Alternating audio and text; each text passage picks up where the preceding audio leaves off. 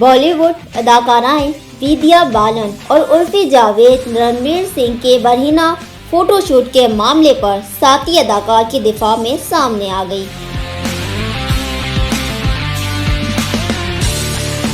بھارت میں رنویر سنگھ پر برہنہ photo shoot کے بعد بے حد تنقید کی جا رہی ہے، جبکہ ایک غیر سرکاری تنظیم نے اداکار کے خلاف خواتین کے جذبات مجروح کرنے کے الزام میں مقدمہ بھی درج کروا دیا ہے۔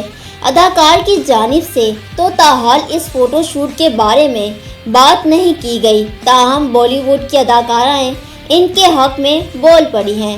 بھارتی میڈیا کے مطابق صحافیوں سے گفتگو میں ودیا بالن نے کہا کہ سمجھ نہیں آ رہا ایک غیر سرکاری تنظیم کے کہنے پر رنویر سنگھ کے خلاف FIR کیوں درج کی گئی۔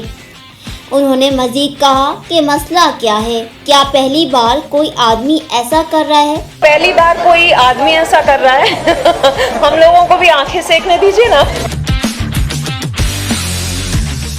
رپورٹر کی جانب سے FIR کے سوال پر اداکارہ کا کہنا تھا کہ جنہیں تصاویر سے مسئلہ ہے وہ نہ دیکھے۔